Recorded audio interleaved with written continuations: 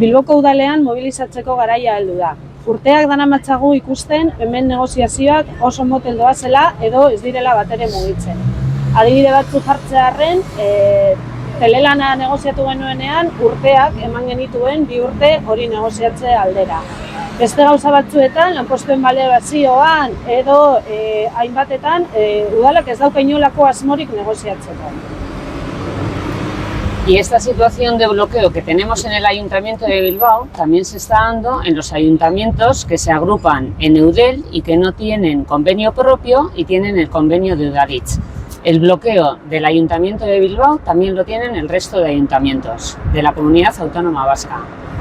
Horregatik, erabaki dugu greba egunak deitzea bi udal txikietan zein Bilboko udalean hainbat aldarriak aldarrikatzen.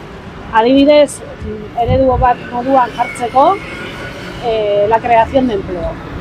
En el Ayuntamiento de Bilbao estamos viendo últimamente que a través del plan de empleo se sustituyen muchas veces funciones estructurales que deberían de cubrirse a través de las bolsas de trabajo.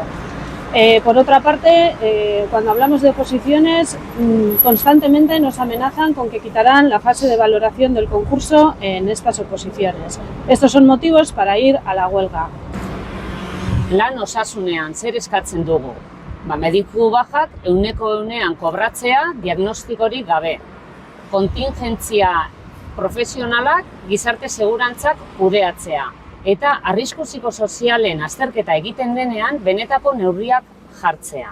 Beraz, guzti honengatik, maiatzaren 14ean eta ekainaren 4ean grebara goaz.